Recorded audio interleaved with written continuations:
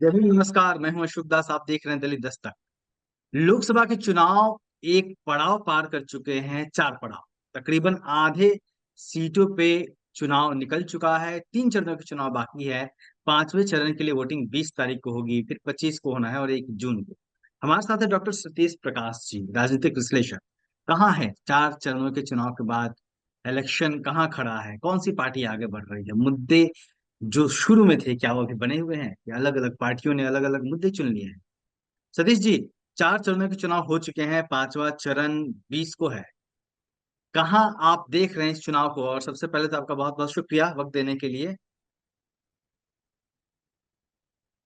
नहीं नहीं, देखिए दास साहब, चुनाव जैसे जैसे प्रथम चरण से लेकर के जैसे जैसे आप चौथे चरण आपने गुजर चुके, पांचवें चरण में आप जाएंगे, छठे चरण में जाएंगे, सातवें चरण में जाएंगे, ठीक है ना। तो ये जी। जैसे जैसे चुनाव कहीं ना कहीं आगे की ओर बढ़ रहा है, तो जो हम्म। सत्ता परिवर्तन की एक बयार जो है, वो हम्म। पहले से कहीं ना कहीं उसकी गति बढ़ी है। हम्म। भारतीय राजनीति कहीं ना कहीं सत्ता परिवर्तन की ओर बढ़ रही है, इसमें कहीं कोई दो राय नहीं।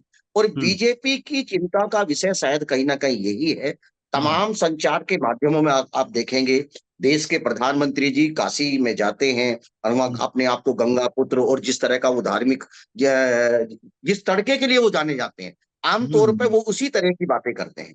लेकिन हम्म। आप यहाँ देखेंगे कि ये देखिए, एक चीज मैं आपको बताऊंगा कि तमाम, अगर हम दलित मूवमेंट को देखते हैं तो दलित मूवमेंट में तमाम जो लोग हैं, तमाम जो संस्थाएं हैं, वो ये कह रही थी कि भारत में धर्म की राजनीति को अगर खत्म करना है तो आप हम्म। सामाजिक न्याय की लड़ाई को आगे करके ही धर्म की राजनीति को खत्म कर सकते हैं। क्योंकि हम्म। ये एक कटु सत्य ये भी है कि हम्म। राजनीति की सीढ़ी से फिसले हुए लोग हमेशा हम्म। धर्म की चौखट के ऊपर जाकर के गिरते हैं। और ये हम्म। कहीं ना कहीं देश के प्रधानमंत्री जी भी नजर आ रहे हैं कि जब उनको हम्म। लग रहा है कि कहीं ना कहीं बीजेपी कमजोर हो रही है, जो मुद्दे उन्होंने हमेशा सेट किए वो मुद्दे के ऊपर चुनाव नहीं टिक पा रहा, हिंदुत्व के ऊपर चुनाव नहीं जा पा रहा, राम मंदिर कोई मुद्दा नहीं बन पा रहा, महंगाई ही मुद्दा है, संविधान परिवर्तन की जो बातें हो रही हैं वो कहीं ना कहीं एक लोगों की चिंता का बड़ा कारण है। हम्म। जनसंख्या की देश में जनसंख्या की मतलब जनगणना हो, बेरोजगारी। ये एक हाँ। मुद्दा है। जी जी। बेरोजगारी एक मुद्दा है, तमाम वो मुद्दे हैं जहां तो विपक्ष को सतीश होना जी, चाहिए था। सतीश जी, जी, जी। आपने ये कहा कि सत्ता परिवर्तन की तरफ चुनाव बढ़ रहा है। इसका मजबूत आधार क्या है आपका ये कहने का? किस तरीके से नहीं देख? नहीं, देखिए मजबूत, देखिए देखिए देखिए देखिए, एक बात आप मान के चलिए कि एक एक सीधा सीधा गणित है कि अगर 2014 से लेकर के 2019 और अब आप 2024 में जा रहे हैं, तो हम्म। भारतीय राजनीति में जब से मोदी जी का जो प्रभाव आया है, तो इन हम्म। इससे पहले जो दो चुनाव हुए, उन दोनों चुनाव में जो पिच तैयार करी है, जो मुद्दों हम्म। की पिच तैयार करी है, जो हम्म। चुनावी पिच तैयार करी है, वो हमेशा हम्म। बीजेपी ने तय किया, नरेंद्र मोदी जी की तमाम टीम ने तय करी है। हम्म। इस बार अगर जो नजर आ रहा है कि शायद नरेंद्र मोदी जी की ये मजबूरी है कि जो विपक्ष ने एक पिच तैयार करी है, जिसको आप हम्म। संविधान परिवर्तन करने की बात करते हैं, ये उनके ऊपर आक्षेप है, या हम्म। आप महंगाई एक मुद्दा है, बेरोजगारी एक मुद्दा है, या हम्म। लोगों की सुरक्षा एक मुद्दा है, या हम्म। गरीबी एक मुद्दा है कि कुछ वो हम्म। खास वर्ग के लोग अमीर होते जा रहे हैं और कुछ हम्म। बहुत सारी आबादी जो है वो कहीं ना कहीं गरीबी की तरफ जा रही है। और ये भी हम्म। सच्चाई है कि देश की लगभग लगभग 80 से 83 करोड़ आबादी सरकार के द्वारा दिए गए अनाज के ऊपर अपना जीवन काट रही है, जिसको हम्म। सरकार अपनी बड़ी उपलब्धि कह रही है। और हम्म। देखिए, अभी 2 दिन पहले एक बड़ा एक बड़ा चैनल है, वहां पे हम्म। बैठ करके देश के प्रधानमंत्री से जब जो पूरी टीम है उन्होंने जो एक सवाल पूछा कि पूरी हम्म। दुनिया में इस बात को लेकर के चर्चा है कि भारत में अमीरी और गरीबी के बीच में जो खाई है वो बहुत बड़ी है, कुछ लोग हम्म। बहुत अमीर हुए हैं और अधिकतर लोग गरीब हो रहे हैं। तो वहां हम्म। देश के प्रधानमंत्री जी बड़ी अपनी वो एक उनकी एक शैली है, उस शैली में हम्म। ये कहते हैं कि क्या अमीर होना अपराध है? तो हम्म। जहां देश के प्रधानमंत्री जी की अगर ये भाषा हो, तो ये कहीं ना कहीं उनकी नाकामियां या उनका अभी भी जो एरोगेंसी है, क्योंकि किसी देश के प्रधानमंत्री की ऐसी भाषा नहीं हो सकती। हम्म। भाई हम्म। आप कैसे आप विकसित देश में नहीं, आप बिल्कुल अभी भी विकासशील देश में ही रहते हैं। और हम्म। विकासशील देश में इसलिए रहते हैं कि लोगों के पास रोजगार नहीं है, लोगों के हम्म। पास जितनी उनकी इनकम है उससे ज्यादा उनके कहीं ना कहीं खर्चे दिखाई देते हैं, लोगों के पास काम ही नहीं है। अब अमेरिका में तो आप है नहीं कि अगर अमेरिका हम्म। में कोई आदमी बेरोजगार है तो सरकार उसको कहीं ना कहीं एक बेरोजगारी भत्ता भी देती है, तो सही बात। आप इस स्थिति में नहीं है। जी सतीश जी, तीन चार चीजें जो देखने को मिली। तीसरे चरण का चुनाव बीतते बीतते पाकिस्तान की एंट्री हो गई है। पाकिस्तान को चूड़ी पहनाने की बात कही जा रही है। सेना की एंट्री हो गई है किसी किसी हिस्से में। लगातार इंटरव्यू दे रहे हैं प्रधानमंत्री जी। इसको किस तरीके से देखते हैं आप? पहले तो ये सब नहीं हुआ।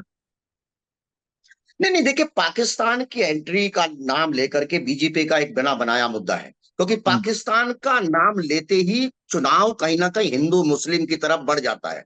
और हम्म। उनका जो एक हिंदू प्रेम है या हिंदू से जो सेंटिमेंट्स है वो कहीं ना कहीं उभर के आते हैं। अब पाकिस्तान की चर्चा देश के प्रधानमंत्री, अब बड़ी देखिए ये भी भारतीय मीडिया का दुर्भाग्य है कि हम्म। पाकिस्तान में एक सबसे ज्यादा एक जो दुबई अनस्किल्ड बम करके एक रिपोर्ट छपी है। दुबई की हम्म। एक रिपोर्ट छपी है कि हम्म। वहां के पाकिस्तान के लोगों ने 11 अरब डॉलर की हम्म। संपत्ति खरीदी है दुबई के अंदर जाकर के। और वहां हम्म। एक बड़ा भूचाल आया हुआ है कि पाकिस्तान में एक तरफ वहां पैसा नहीं है लोगों के पास, और उसके बावजूद भी कुछ तथाकथित लोग जो है वहां की संपत्ति को लूट करके कहीं ना कहीं जा रहे हैं। जो सेना हम्म। के लोग हैं, तमाम जो हम्म। एक संभ्रांत वर्ग है वहां के, जो लीडर्स हम्म। हैं वहां के, जो हम्म।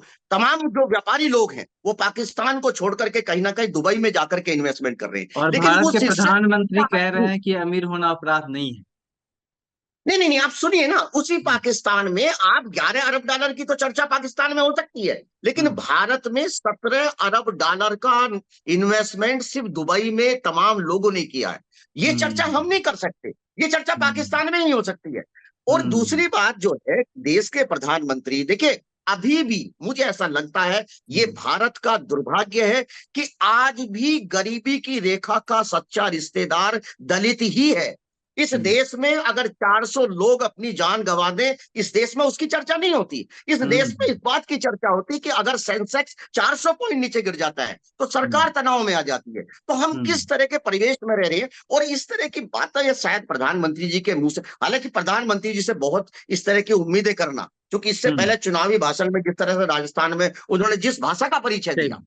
सही। उन्होंने एक धर्म विशेष के लोगों को जिस तरीके से ललकारा, या एक धर्म विशेष के लोगों के अंदर जिस तरह का एक खौफ पैदा किया, ये एक हम्म। प्रधानमंत्री की भाषा नहीं हो सकती। मुझे लगता है हम्म। कि ये कहीं ना कहीं उनका एक जो जो नहीं होना चाहिए था मतलब सार्वजनिक मंचों से। सरकार के पास बताने को कोई पॉजिटिव बातें नहीं है जो वो जनता को बता सके, उस पर वोट ले सके, सिवाय कि अनाज दे दिया, घर बनवा दिया, जो कि पुराना मुद्दा हो चुका है। नहीं नहीं, देखिए सब ये सच है कि सरकार अपनी नाकामियों को छुपाना चाहती है। सरकार अपनी नाकामियों को राष्ट्रवाद की छतर तले दबाना चाहती है। सरकार जो अपनी जिम्मेदारी है उनसे बचना चाहती है। और दूसरी बात, विपक्ष भी बड़ा जानबूझ, देखिए दो चीजें यहाँ आप ध्यान रखेंगे। अभी जी। अगर हम संविधान बदलने की बात से करते हैं, तो हम्म। इसमें कहीं ना कहीं देखिए, भारत में या तो बीजेपी सत्ता में रही है लंबे समय हम्म। तक, या कहीं ना कहीं कांग्रेस रही है। लेकिन हम्म। कांग्रेस आज, ठीक है आज वो संविधान बचाने की बात कर रहे हैं, लेकिन कांग्रेस को इन सवालों का जवाब भी कहीं ना कहीं देना पड़ेगा कि हम्म। बहुत, देखिए संविधान बदलना और संविधानों में एक वर्ग विशेष के अधिकारों को रोक देना, या उन उन उनके ऊपर चर्चा ना करना, वो भी लगभग लगभग संविधान एक बदलने ही वाला बात। जैसा है। ये भी एक ही जी बात। जी। आप देखिए, आप किसानों की किसानी की तो बात करते हैं, उसकी लैंड की हम्म। बात करते हैं, लेकिन इस देश में एक एक आबादी और भी है जो आदिवासी है, जो लाखों सालों से जंगलों के बीच में रहता है। आप भूमि अधिग्रहण कानून तो बनाना चाहते हैं, क्योंकि हम्म। वहां पे जो अधिकार है वो किसानों का जमीन के ऊपर रहेगा, लेकिन इसी हम्म। देश में बड़े एक्सपर्ट तरीके से एक झूम खेती होती है। उसका हम्म। कंसेप्ट आप देते हैं कि आदिवासी लंबे समय तक एक जमीन के ऊपर खेती ना कर सके। उसके पीछे बड़े बड़ी चीजें आप बताते हैं कि इससे कहीं ना कहीं पर्यावरण को लाभ होता है, या वन बच जाते हैं, या वन संपदा को फायदा होता है, या प्रकृति का आप हम्म। संरक्षण करना चाहते हैं। लेकिन हम्म। कभी आपने ये नहीं सोचा कि उस संविधान के अंदर ये हमने वादा किया था कि जो देश के आबादी है, जो जंगलों में रहती है, जो प्रकृति पूजक है, प्रकृति के करीब है, जल जंगल जमीन का वायदा सरकार ने कहा था लोगों से, है ना, वो जी। अभी तक पूरा नहीं हुआ है। तो जी मेरा सतीश कहना जी। यह है। जी। जी कंप्लीट करिए। नहीं देखिए, वो सब चीजें हैं। अब अगर देखिए, संविधान बदलने को लेकर के इस देश का दलित सबसे ज्यादा आशंकित है। उसको लगता है कि जो उसके संवैधानिक अधिकार हैं, उन संवैधानिक अधिकारों के आधार पर ही वो इस देश की मुख्य धारा में शामिल हुआ। हाँ, ये हो सकता है कि उसका पूरा जी। लाभ उसको नहीं मिल पाया हो। जी। ये जी। भी एक सवाल हो सकता है कि इतने सतीश दिन, सतीश देश जी। की आजादी के इतने हाँ। दिनों बाद भी हम्म। आरक्षण अभी तक लागू नहीं हो पाया। और आरक्षण हम्म। अगर लागू भी हुआ है, जब आरक्षण का लाभ होना या उसका मिलना लोगों को, लोग की उपलब्धता बढ़ी है, तो कहीं ना हम्म। कहीं जो सरकारी संस्थान है उसको बड़ा चालाकी के साथ आपने प्राइवेट हम्म। सेक्टर में बदलना शुरू कर दिया। लेकिन आपने हम्म। ये नहीं सोचा कि इस देश में अगर सरकारी संस्थानों का प्राइवेटाइजेशन हो सकता है तो हम्म। प्राइवेट सेक्टर में रिजर्वेशन भी दिया जा सकता है। ये कहीं ना कहीं हम्म। कांग्रेस ने इस मामले को लेकर के कहा, तमाम दलित हम्म। मूवमेंट ये कहता है, उसकी लंबे समय से एक मांग है कि प्राइवेट सेक्टर में कहीं ना कहीं रिजर्वेशन होना चाहिए। लेकिन अभी कांग्रेस ने या समाजवादी पार्टी ने या तमाम बहुत सारे दल हैं, उनको शायद हम्म। इन बातों को भी शामिल करना पड़ेगा कि अब वो समय है कि भारत में प्राइवेट सेक्टर में रिजर्वेशन लागू हो, ताकि जी। जो एक मानव संसाधन है वो आप अधिक से अधिक उसको जुटाएं और लोगों की सहभागिता उसके अंदर कहीं ना कहीं सुनिश्चित करें। जी। सतीश जी, 4 चरणों के चुनाव के बाद यह साफ है कि राम मंदिर बड़ा मुद्दा नहीं बन पाया जिस तरीके से भाजपा बनाना चाहती थी। इसकी वजह क्या देखते हैं आप? लोगों की जागरूकता, या फिर जो संविधान को लेकर लगातार विपक्ष हमलावर है वो? नहीं नहीं, देखिए, जागरूकता तो मैं नहीं कहूंगा, कहीं हम्म। ना कहीं नीरसता भी एक विषय है। इस हम्म। चुनाव में लोगों की नीरसता एक बहुत बड़ा मुद्दा है। जो लोग बीजेपी समर्थक हैं, अब वो भी एक सवाल के दायरे में हैं। उनके मन में भी एक सवाल है, वो अपने आप से ये बात सोचते हैं कि देश के प्रधानमंत्री जी ने 2014 में कहा कि 5 साल का आप मुझे मौका दीजिए। 5 साल के बाद वो फिर ये कहते हैं कि मुझे 5 साल का मौका और दीजिए। आज वो फिर ये कह रहे हैं कि मुझे 5 साल का मौका आप और दीजिए। और यहां पे आप देखेंगे कि अग्निवीर आपने क्या किया, है ना? हम्म। जहां एक सेना था, एक स्ट्रक्चर है, शायद भारत दुनिया की सबसे बड़ी जो एक प्रोफेशनल सेना का, और वो हम्म। सेना भी वो जिसने दुनिया के लगभग लगभग हर हिस्से में लड़ाई लड़ी है और लड़ाई जीते भी हैं। आजादी से हम्म। पहले आप देखेंगे कि तमाम हिस्सों में के अंदर जाकर के भारतीय सेना ने लड़ाई लड़ी भी है। उसके पास हम्म। एक बड़ा जो एक सिस्टमेटिक एक फॉर्म भी है। वहां हम्म। आप अमूल चूल परिवर्तन कर देते हैं बिना किसी रिकमेंडेशन के आधार पर, और आप तुरंत अग्निवीर योजना, और ये बात मैं जरूर कहूंगा कि हम्म। 73 साल का व्यक्ति ये कह रहा है कि मुझे 5 साल का मौका दो, और 22 साल के व्यक्ति से आप ये कह रहे हैं कि हम आपको 5 साल नौकरी करने के बाद में आपको नौकरी नहीं देंगे। तो ये नहीं कहीं ना नहीं। कहीं सरकार जी, ये उल्टी नीतियां, और इन ऐसी बातों को लेकर के सरकार के को लेकर अब के लोगों सरकार के साथ। और बीजेपी के मंत्री 2047 की बातें करने लगे हैं कि तब तक देश विकसित कर देंगे, हम लोगों को मौका दीजिए। ये बड़ी बात, एंटी इनकम्बेंसी है क्या? दिख रही है आप? नहीं नहीं, एंटी इनकम्बेंसी है। देखिए, दो चीज है, पिछले चुनाव में आप देखेंगे कि लोग अंडर करंट की बात करते थे। हम्म। हम एक नई टर्म आई चुनाव में, अंडर करंट। लेकिन हम्म। इस बार अंडर करंट नहीं है, एक अंडर रेजिस्टेंस है। एक एक एक हम्म। एक लोगों के आंतरिक विरोध है। हम्म। बीजेपी आज आंतरिक विरोध के दौर से गुजर रही है। जो उसका हम्म। प्रबल समर्थक है वो भी ये मानता है कि देश के प्रधानमंत्री जिन वादों के साथ आए थे, शायद वो वादे पूरे नहीं हुए। देश की जिस प्रोग्रेस की बात करी थी, जिस जिस सहभागिता की बात करी थी, जहां गरीबी हटाने की बात करी थी, अब आप नरेंद्र मोदी जी की बात देखिए। देखिए, जब कांग्रेस सत्ता में है, कांग्रेस जीएसटी लाना चाहती है, बीजेपी विरोध करती है। अगर फॉरेन इन्वेस्टमेंट की बात करते हैं आप, जो आपका जो रिटेल सेक्टर में जो है, वहां बीजेपी विरोध करती है। लेकिन जब सत्ता में आती है तो रिटेल सेक्टर में कहीं ना कहीं आप फॉरेन इन्वेस्टमेंट को अलाउ कर देते हैं। इवन रक्षा के अंदर भी आप, उधर कांग्रेस बात करती है तो आप इधर उधर विरोध करते हैं, तो इधर कहीं ना कहीं इंप्लीमेंट कर देते हैं। हम्म। आप बड़े नोट हटाने की बात करते हैं, लेकिन आपने नोटबंदी के नाम पर 1,000 का नोट हटा करके लोगों के सामने कहीं ना कहीं 2,000 का नोट रखा। तो ये सारी हम्म। चीजें हैं। आपने कहा था कि हम लोगों को रोजगार देंगे, लेकिन रोजगार दिए कहां आपने? आप हम्म। ये भी तो बताएंगे ना। तो ये सारी चीजें हैं, निरस्ता है लोगों के अंदर, और लोगों के अंदर कहीं ना कहीं एक असुरक्षा का भाव है। आज लोग एक अलग दौर से गुजर रहे हैं जी। जी। उत्तर प्रदेश से आप रहने वाले हैं, उत्तर प्रदेश की राजनीति को और ज्यादा करीब से देखते हैं, और उत्तर प्रदेश की राजनीति ही तय करती है कि देश में सरकार किसकी बनेगी, दिल्ली में सरकार किसकी बनेगी। उत्तर प्रदेश में क्या चेंजेस देख रहे हैं आप? यहाँ पे 80 सीटों में क्या समीकरण बन पा रहा है? नहीं, देखिए, उत्तर प्रदेश में एक बहुत बड़ा परिवर्तन हो जाता। जी। निश्चित रूप से उत्तर प्रदेश में एक बड़े परिवर्तन की संभावनाएं थी। शायद मुझे ऐसा लगता है कि विपक्ष उस अपॉर्चुनिटी को कैश नहीं कर पाया। उसमें हम्म। मैं किसी के ऊपर आरोप नहीं लगाऊंगा। मुझे इस बात का लगता है कि बहुजन समाज पार्टी ने, ये जो बाइपोलर इलेक्शन था, जो बीजेपी चाहती थी कि उत्तर प्रदेश में कहीं ना कहीं बाइपोलर इलेक्शन हो, लेकिन कहीं ना कहीं बहुजन समाज पार्टी ने बड़े स्मार्टनेस तरीके से इस इलेक्शन को त्रिकोणीय बनाया। उस त्रिकोणीय चुनाव का परिणाम ये हुआ कि आज आप किसी भी सीट के ऊपर निश्चित रूप से ये नहीं कह सकते कि ये सीट ये जीतेंगे और ये सीट यही ये जीतेंगे।